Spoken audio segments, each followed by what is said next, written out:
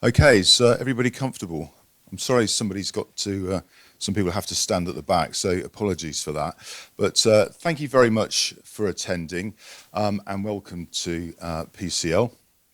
My name is Mike Smith. I'm one of the pilot selection assessors for L3Harris, which basically means that I'm one of the people that helps run the assessment. So it's the first thing that you are going to encounter when you start your pilot career journey. So you need to be prepared for your selection process. And that's what I'm going to talk to you about this morning.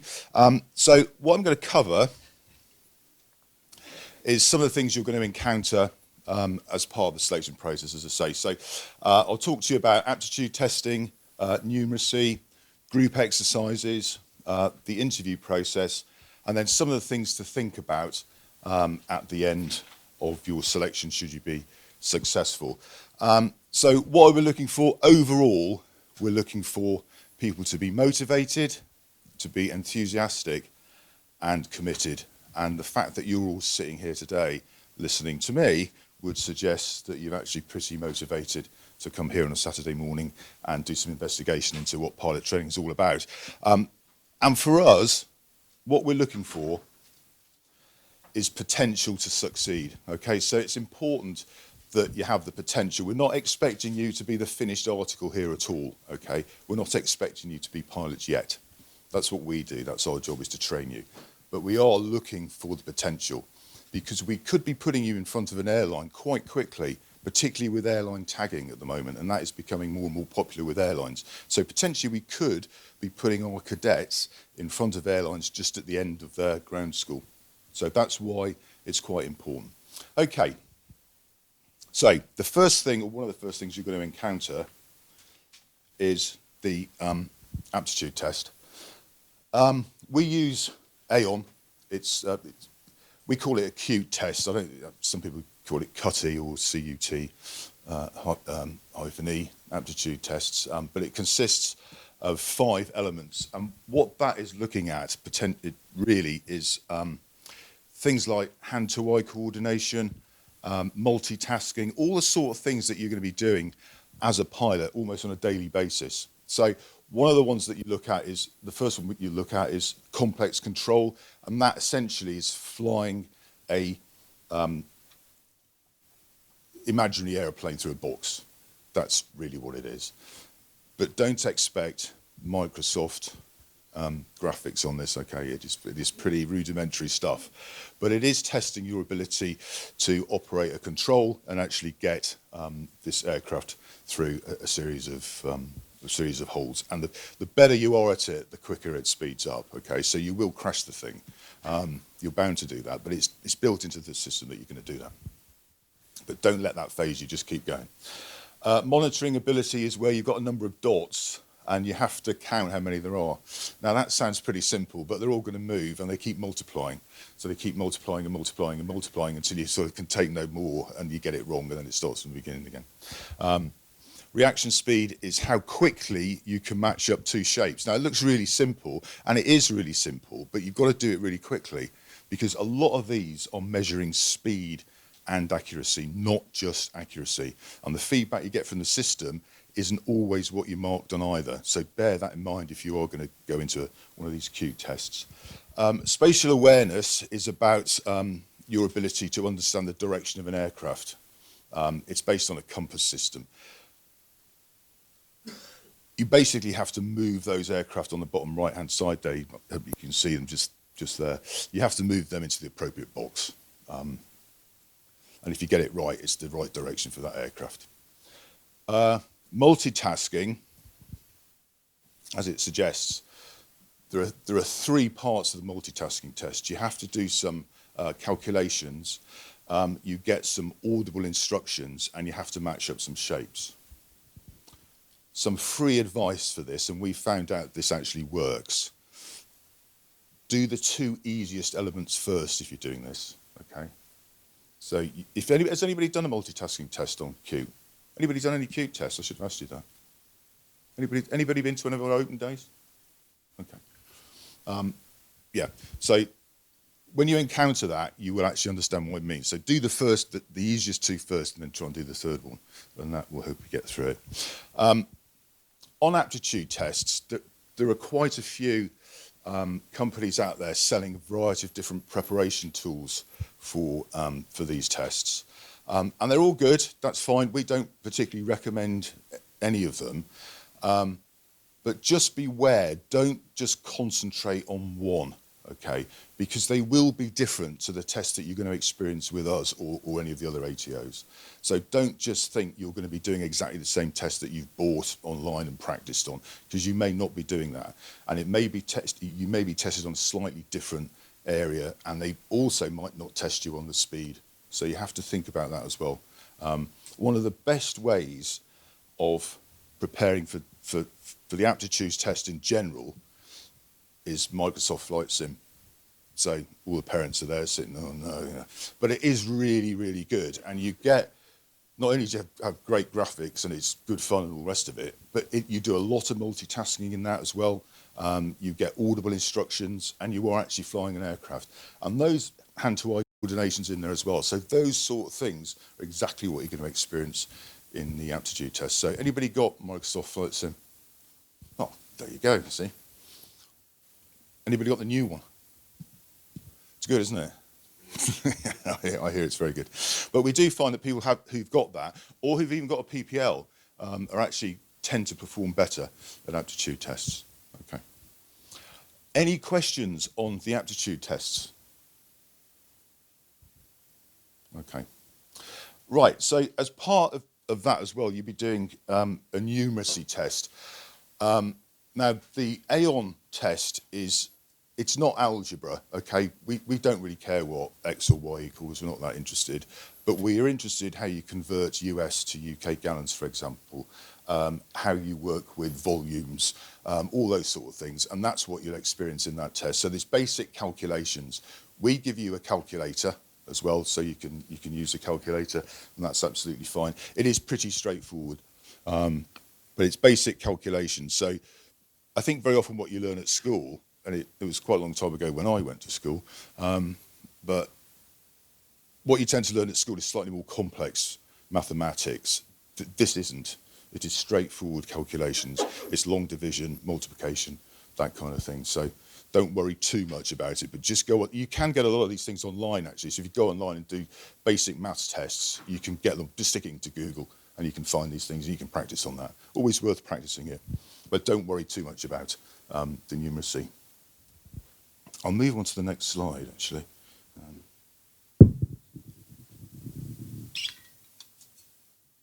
I'll talk to you about behavioural questionnaires in a sec.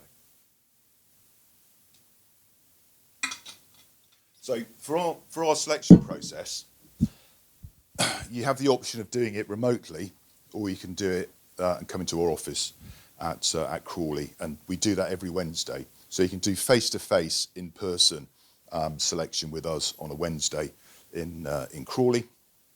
The benefit of doing that is it's a slightly more relaxing environment, if you like. You also get a tour, so we take you around the place.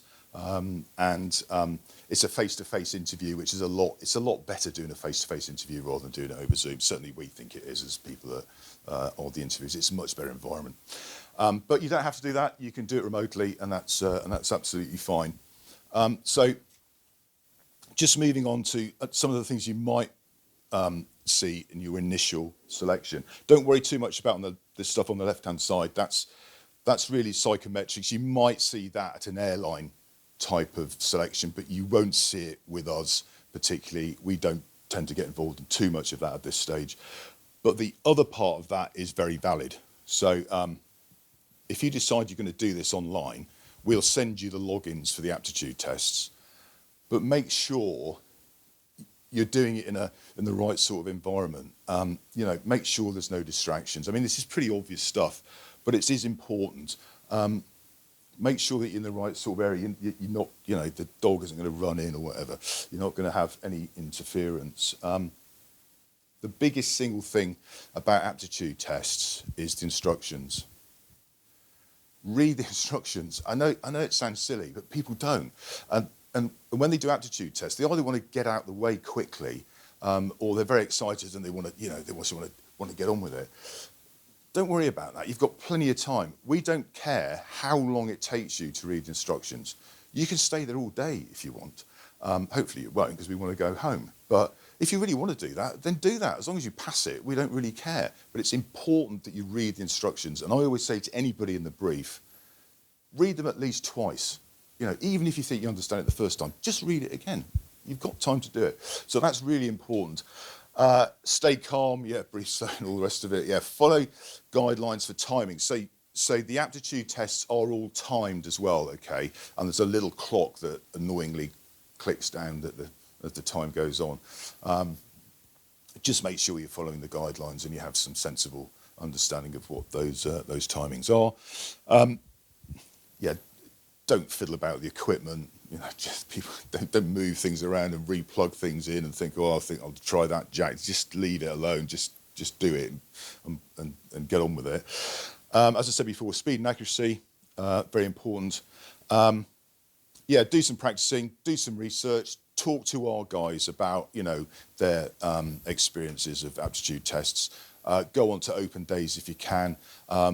Just get as much information as you can with any of these things. We produce a selection guide, which I'll refer to later on, and that's useful as well. But the thing with all of this is take your time. There's no rush. The other part of this is sometimes you will be given a personality questionnaire. There's no right or wrong to that. We don't look for specific answers. It just gives us an idea of your learning style.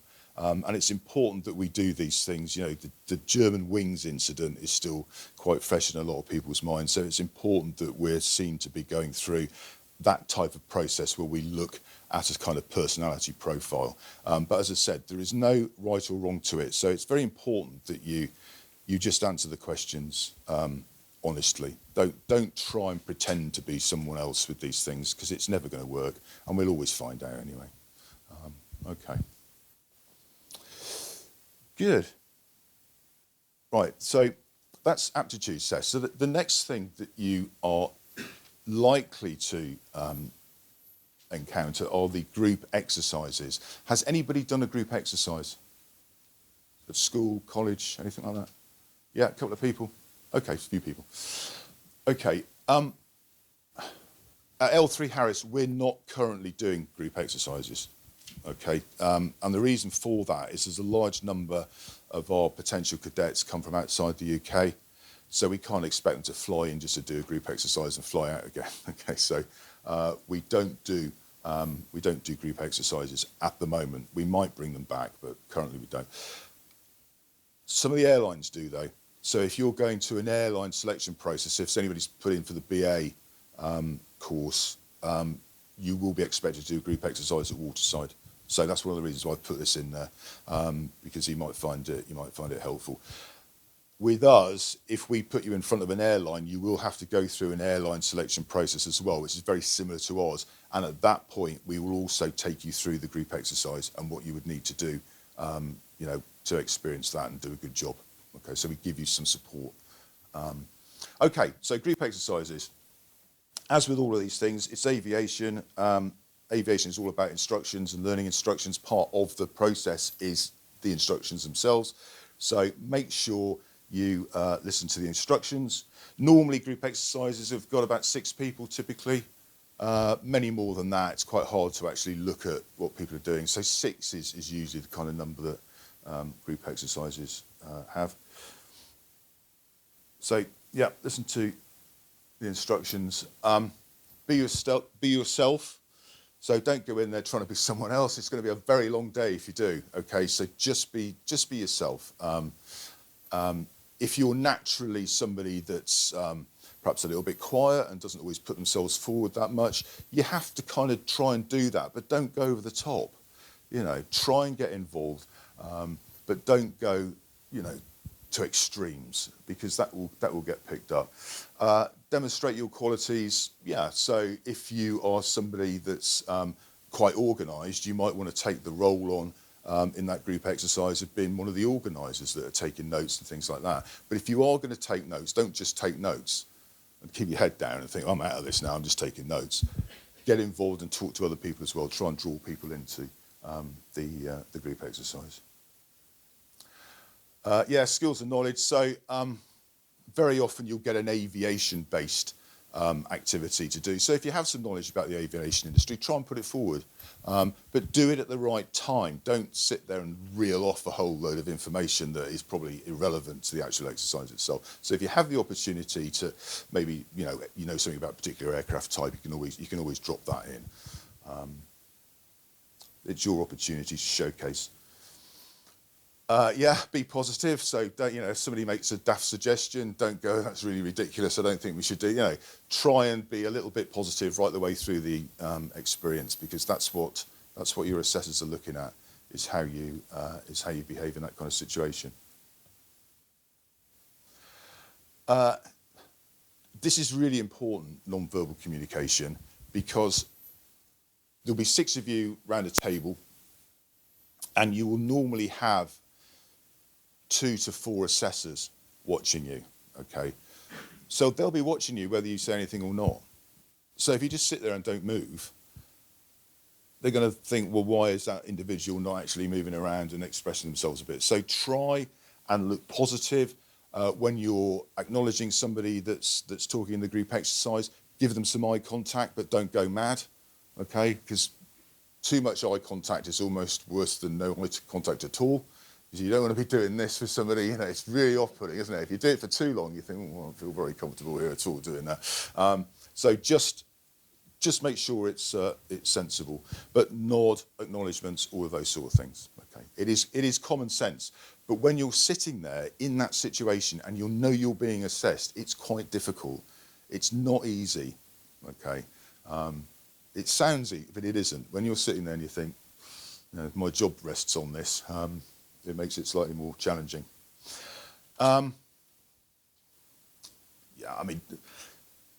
There's a balance between time, team, and task.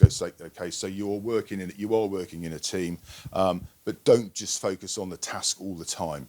Okay, you've got to try and bring other people into the discussions as well. So if you find somebody that's actually sat there not saying anything, and then you've got somebody dominating, you as somebody at that group exercise will get quite a lot of credit if you start saying, well, actually, could you give Fred a little opportunity to talk? I believe he's about to say something, or something like that. So you can use your sort of interpersonal skills to involve other people, because that's quite important. All these things you're doing in this group exercise, you're going to be doing every day in the job, and you're probably already doing a lot of it anyway. But it's getting the balance right, and we help you with all this stuff as well. Okay, any questions on group exercises? And we will have some time for questions at the end as well, but any questions on group exercises particularly at the moment? Okay. But if you go for an airline interview, an airline selection process, you will be doing a group exercise. Okay, the interview. Right. It's not The Apprentice. Okay, forget that. It's not that kind of world. You're not going to be interrogated by one of us. It is in our interests for people to pass the selection process, okay? It is also in our interests to make sure the right people are passing the selection process, because the whole idea behind selection it's twofold. The first reason is that we want to make sure you're the sort of people that are actually going to pass the course in the first place. Because if you're not going to pass the course, it's a lot of money that's going to be wasted. And you need to pass it well too, and we'll talk about that in a minute. The other reason is because we want you to be able to get a job at the end of it. Because you're paying us again to get you a job at the end of it. We're going to put you in front of an airline, and we want you to succeed, and we want you to get a job. And that's why selection is important, because we want to make sure, as much as we possibly can at this stage, that you are going to be able to do both those things, that you can hack the course and you're going to be able to get a job at the end of it. Because essentially, selection, if you think of it like it's a job interview, because that's what it is. Nobody does selection, nobody does an ATPL integrated course just to do the course and then go off and do something else. They do it because they want to be an airline pilot. And your start of the journey is this selection process. Okay, so think of it as a job application. Right, so the interview. The biggest single thing we are looking for at interviews is motivation. Because if you haven't got motivation, you can forget the rest of it. You're going to have to be very motivated to go through your ground school process. 13 subjects, 28 weeks. Motivation is the most important thing. And as I said earlier, the fact that you're all sitting here today would suggest that you're reasonably motivated, otherwise you wouldn't have given up your Saturday mornings to come here and listen to me. So that says to us, actually, these people are pretty serious about doing this. So when we ask you about motivation and what you've done to find out about it, this is one of the things that you could say. I've been to PCL. The two big reasons why people fail interviews is because they don't understand the job of being an airline pilot, and they don't understand the commercial environment that airlines operate in. They are the two main reasons why people fail interviews. The biggest one of those two is they don't understand the job. And whenever we ask anybody why they want to be a pilot, the first thing they say is, I've always wanted to do it. Always wanted to do it, always wanted to be a pilot. And that's perfectly valid, but it's not a reason. That should come at the end of all your reasons, So the reasons you want to be a pilot related to the job. What is it you're going to be doing day to day as a commercial pilot, as a commercial airline pilot, that makes you want to do this? What are those elements that attract you? What are you really going to enjoy in this job? And how have you found out about what you are going to be doing? Who have you talked to? Which airlines have you spoken to? Which pilots have you spoken to? There are pilots here today, no doubt you'll be talking to them.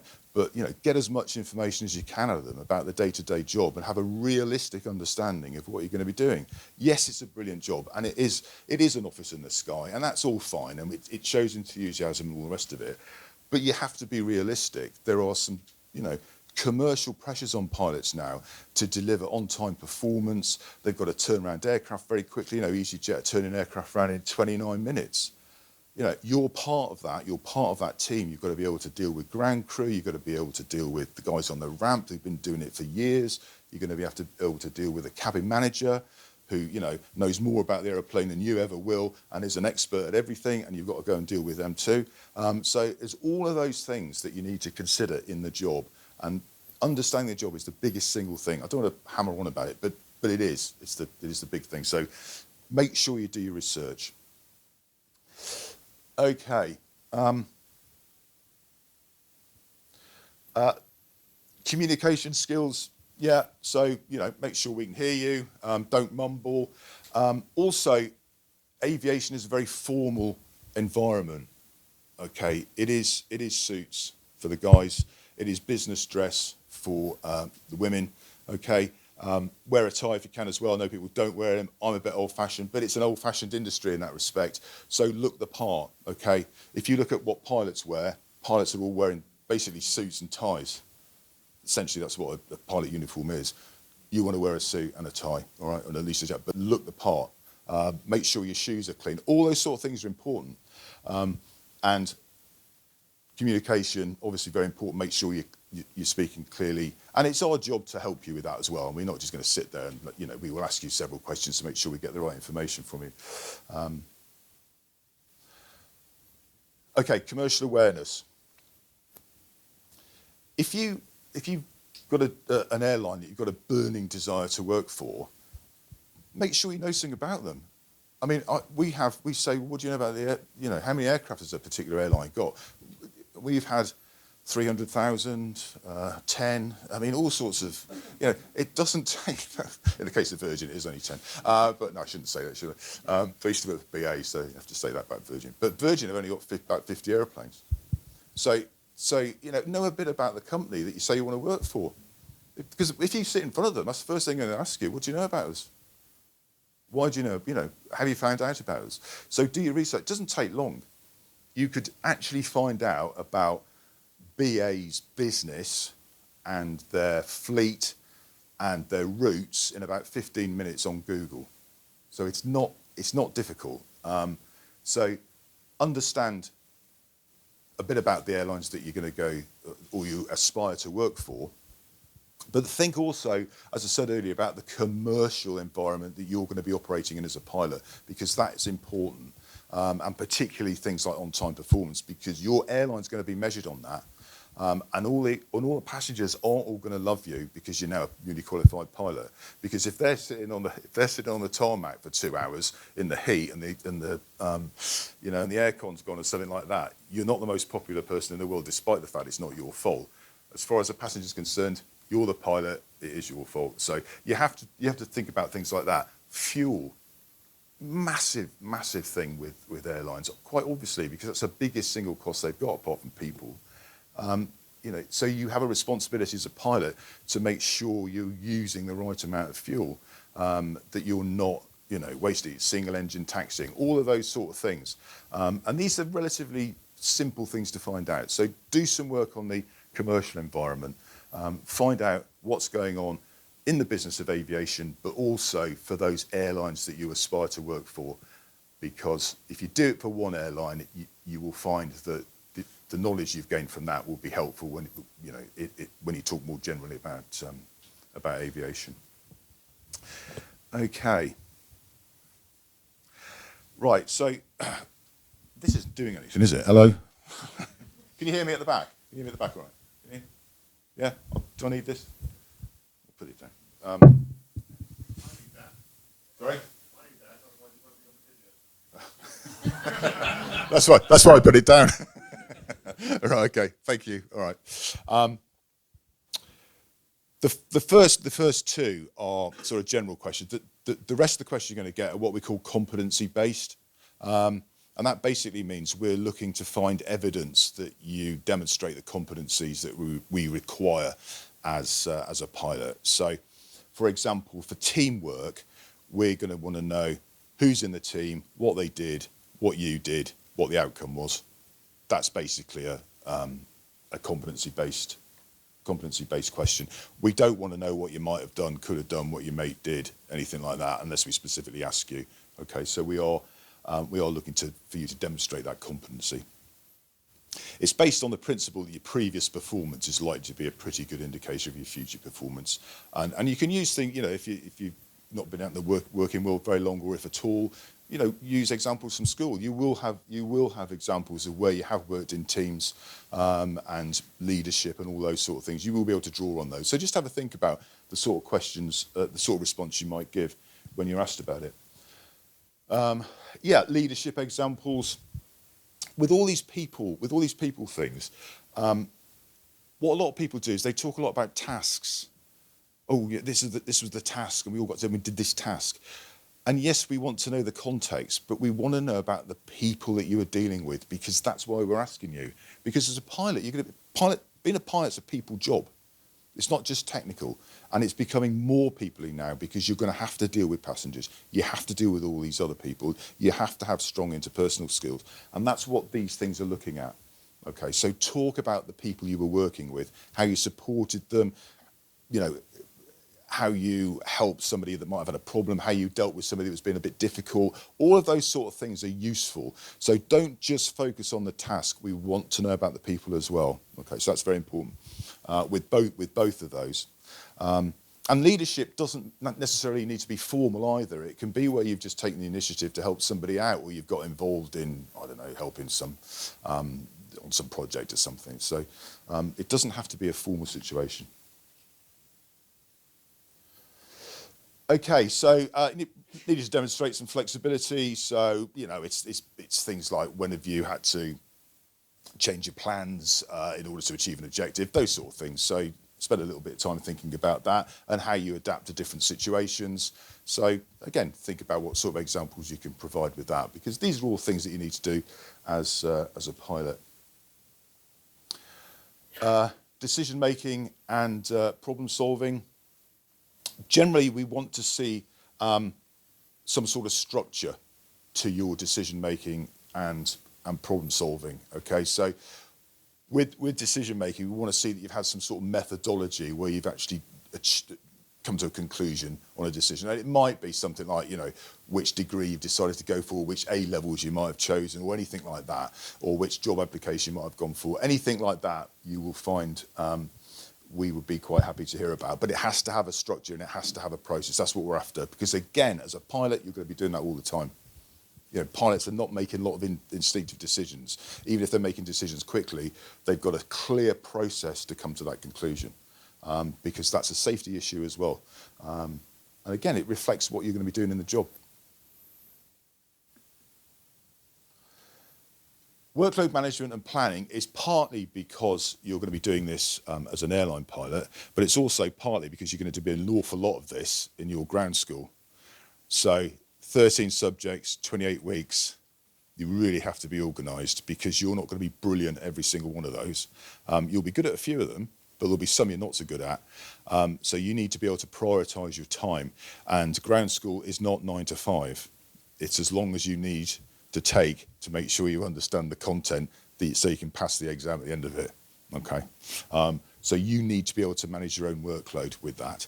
And you'll get some help. You get some help from us, and you'll get some help from your colleagues around you, because some of those guys will be better at some elements of that 13 subjects than you will, and vice versa. So you support each other as well. So it's important that we see you have the ability to manage your workload and can plan effectively. I think that's it. Oh yeah. We have so many people at the end of the interview ask them what they know about the course. Oh, they don't know anything about it. I kid you not, they don't know anything about it at all. They think they do this. Oh, how many exams are there at ground school? 3, 30. Do you know what they are? No. You're about to spend, 100,000 plus on a course. You wouldn't go and buy a car if you didn't know what colour it was or what make it was. So go and find out about what the course entails. The fact you're here today is, I'm pretty confident that you've got a pretty good idea what the course contains, but people don't, and they apply and don't really understand what the course content is, or what they're letting themselves in for, or indeed what they're paying for. But this isn't university, it's not school, it's a different world. You're paying a lot of money for us to deliver training to you, and that's the relationship, okay? And we will make sure that you pass that course. That's what you're paying us the money for. And that's one of the reasons why we put you through selection, because we want to be pretty confident you're going to pass it in the first place. Okay.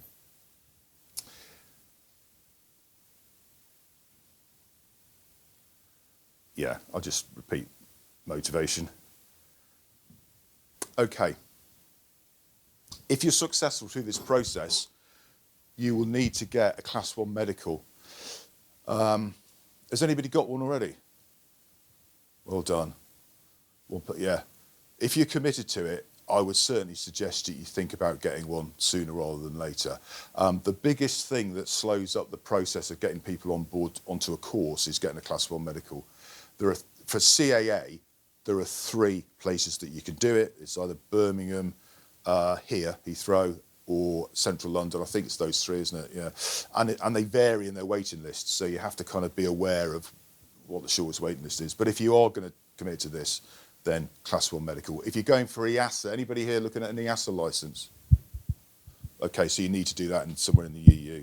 So it's slightly, most guys that are doing dual who are based in the UK go to Ireland for it, but you have a bit more of an option with the EASA. But nevertheless, it is worth getting it. Central London. Yeah, there's Heathrow, Central London, and it's gone up. Yeah, it's gone up. It's gone up about 300 quid in the last year. It's getting ridiculous. But anyway, but you only have to do it once. That's the good thing. And then you have a top up, and you can get the top up from it's not a top up. It's a refresh. You can get that from several different places.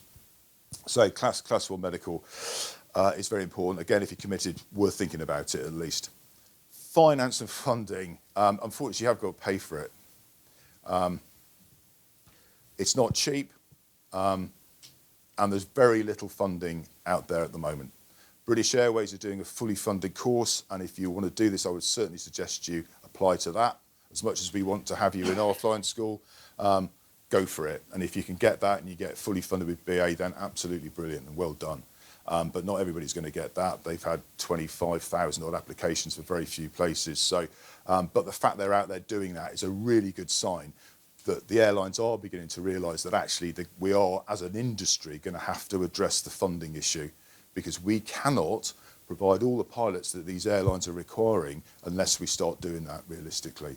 It's not happening at the moment, but my view, and it's only my view, is that they are going to have to sooner or later start helping out, at least if it's not with type ratings, where there's a bit of support, they might cover the type rating, or they might bond you into their particular airline in return for a bonding payment of 60 or 70,000 or whatever it might be. They used to do that, and they stopped doing it about a few years ago just before COVID. But finance and funding, you are a good bet.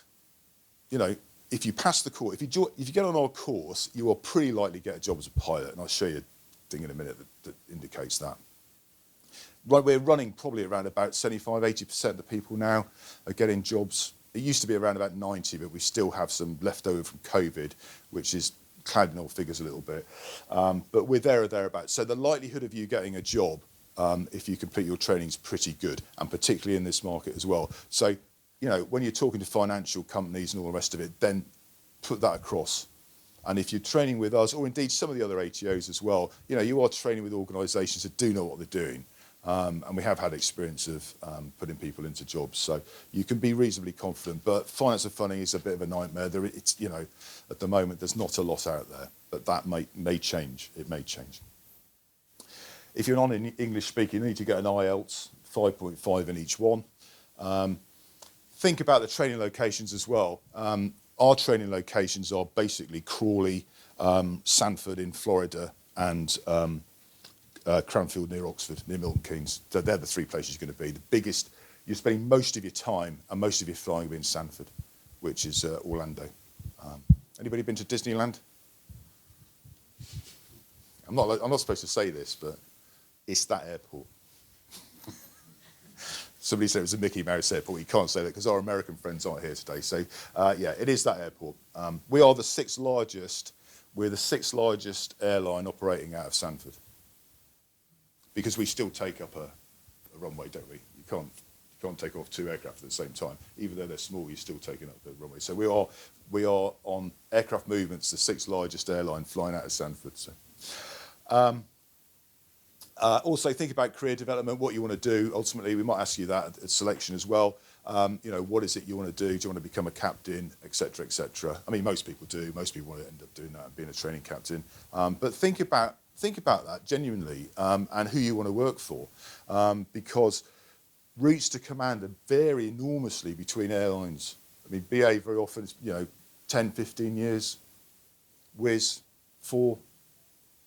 Sometimes so it depends on merit as well, but equally, the career development on some of the short-haul airlines is a lot quicker to command than it would be for the legacy long-haul guys, for obvious reasons.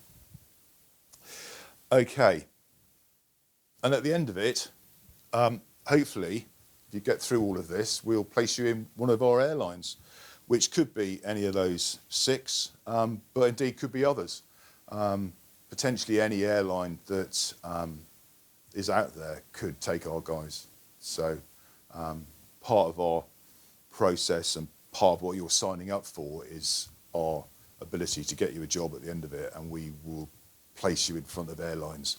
But you have a responsibility as well to make sure you pass the course and pass it well, because if you're successful, your selection and your selection scores forms part of your training record, which the airlines have every right to look at. Okay, now they rarely do, but you never know, do you? And if it's up against you who've just scraped through selection and someone who's really nailed it, the airline will take the guy that's nailed it against you. It's a competitive market like that. So if you are going to do this, and hopefully you will, make sure that you go into this with the mindset that you're going to pass it first time. This isn't I'll give it a go and see how I get on world. Aviation isn't like that. When somebody's sitting in the runway, you've got a captain taking off a 777, He's not sitting at the beginning at the front of the runway saying, "Well, I'll give it a go and see how I get on." He's going to do it right the first time, and that's exactly the approach that you need to have. And if it means that you have to go out and get a job in an airline for 6 months or a year, then go and do that. It will really set you up. So some practical experience of aviation is actually quite important as well. So do spend some time rehearsing all this stuff. Give us a ring. We're more than happy to talk you through any of this. You know, we want you to succeed through all of this because that's how we make our money. That's our job. It's a commercial environment. You're paying us. We want you to get through.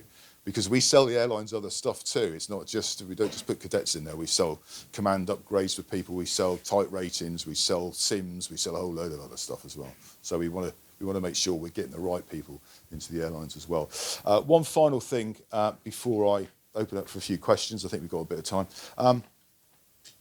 This is our selection guide. So when you're filling your bags full of all the freebies and things like that you're going to collect today, when you're deciding whether to keep it or not in the next couple of days, keep this. This is our selection guide, okay? But this is also useful. Yeah, we want you to come to us. But if you don't, this is useful for any selection process that you go through. There's some really good stuff in there, some really good tips in there. It talks about the interview thing that I went through a minute ago. It talks about, there's a link on there to Aon as well, where you can do some practice tests. Don't expect much, but it gives you a rough idea. And it also talks about group exercise and things. So it is really useful. So if you're picking up anything from our stand, get one of these and hang on to it because you'll find it quite useful. Okay. Has anybody got any questions?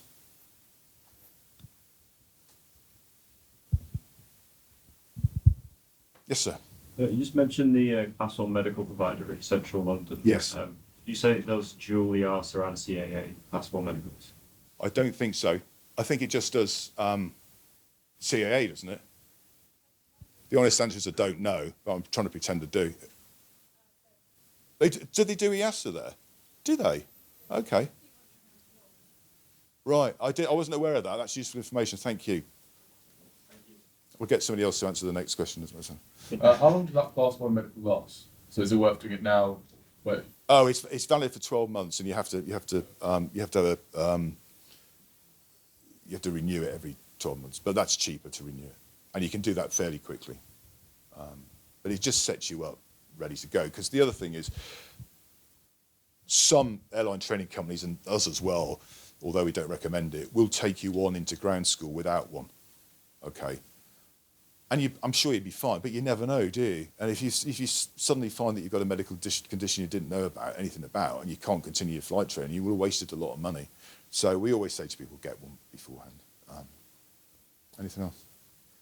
I mean, the assessment centre pass rate, that's when you get to an airline pilot one. But yes. What's the success rate or failure rate at flight school typically? Not necessarily yours, sort of. The success rate's pretty good. It's pretty good. It is clouded a little bit by, be careful, from other airline programmes. But if you talk about UK CAA guys that go through our whitetail, the success rate's about 90%. But we don't put you in for an exam, and the ground school is probably the biggest single one. We wouldn't put you in if we didn't think you were going to pass it at the sort of level that we're looking for. My thinking is more along the lines, if you go the L3Harris yes. route, once you've done your assessment centre, obviously you're looking for success, but yes. Then there'll still be a failure rate of people who went for it, paid all that. Oh, indeed. Yeah, absolutely. Yeah, there will, and there always will be. I mean, we can't do miracles. There is a responsibility on our cadets to perform. You have to perform through all this, and that's important. But provided you do perform, then, we would be able to get you a job at the end of it. And I'm more and more confident that we get you a job, especially at the moment, the market, the way it's going. Are we? Okay. Any other questions? Probably take one or two others. Yes, sir. Would a dual license ensure a quicker chance of getting a job? The biggest single problem with a dual license is the right to live and work in the country. So if you want to live and work in Europe, you have to have the right to live and work there. So having an EASA license does not give you the right to live and work there. People think it does, and it doesn't. And it's the same with the CAA. Having the license does not give you the right to live and work. So that's the thing you need to think about first. If you have got the right to live and work in Europe and in the UK, then a dual license is a good idea. It does give you more options. And if you do it now, it means you don't, because if you leave it to when you finish training, you have to come back and do the whole course again, not just the exams. But if you want to come over to the stand, we can have a chat about it and I'll talk you through it. Okay, I think I'm going to have to call it a day there. So thank you very much for your attention. Do come over and see us.